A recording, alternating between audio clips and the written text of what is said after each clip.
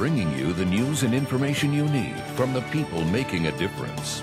This is Comcast Newsmakers. Hello, and thanks for joining us. I'm Ellie Pai Hong, and this is Comcast Newsmakers.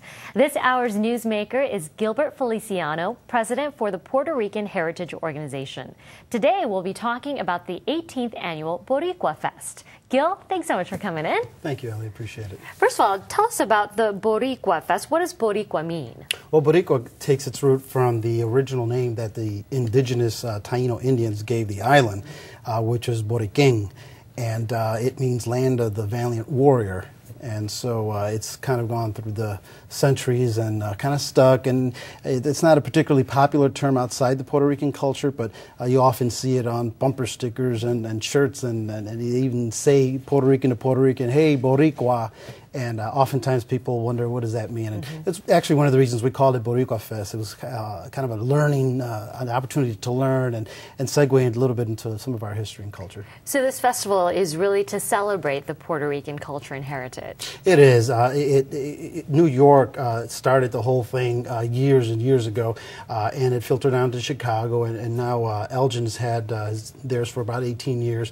And it's home to approximately 4,000 Puerto Ricans. Oh, wow. But having said that, one of the things that we're trying to get the message out on is that it's not for just Puerto Ricans. I think it's for anybody who's interested in learning a little bit more about a large segment of the population, the community, fellow U.S. citizens, and an island that a lot of people are not sure they understand, other than they know it has great music and great ports of call. Yeah, I mean, it is a festival, so you're going to have lots of fun, but you're hoping that people take an educational approach to this somewhat. Yeah, absolutely. I mean, we make no pretenses. This is some kind of intellectual lecture. You know, it's fundamentally good food and good music, and so we really want to deliver on all fronts with those. But while you're there, you know, and I've noticed, and there's several people have asked, hey, what kind of music is that, and what is the history of salsa?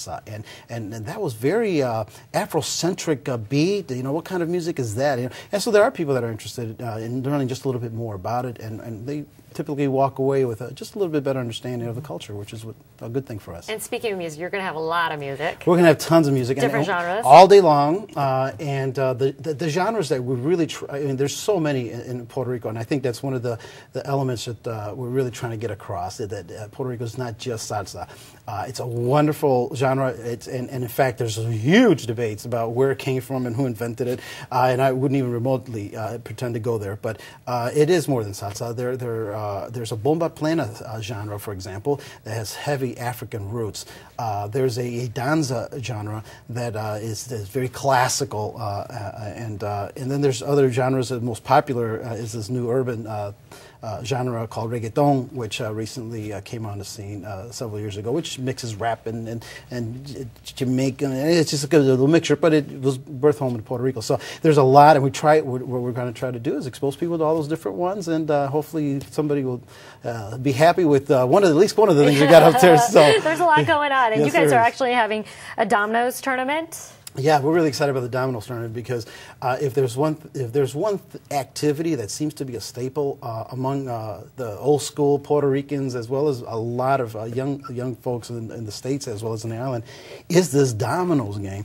And so every year we have this tournament, and every year it's down to the wire kind of thing, and they get excited about it. And it's the only one really in Elgin, and so we're really excited to be hosting that for them.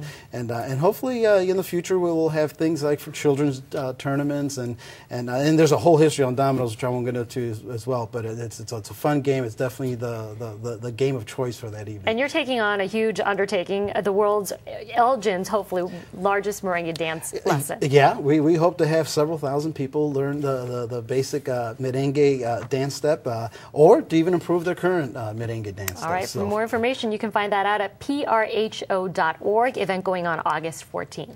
All right, thanks so much, Gil. Thank you, Ellie.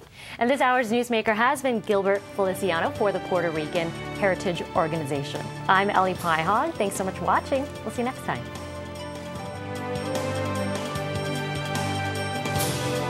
The preceding was a presentation of Comcast Newsmakers. Now, back to headline news.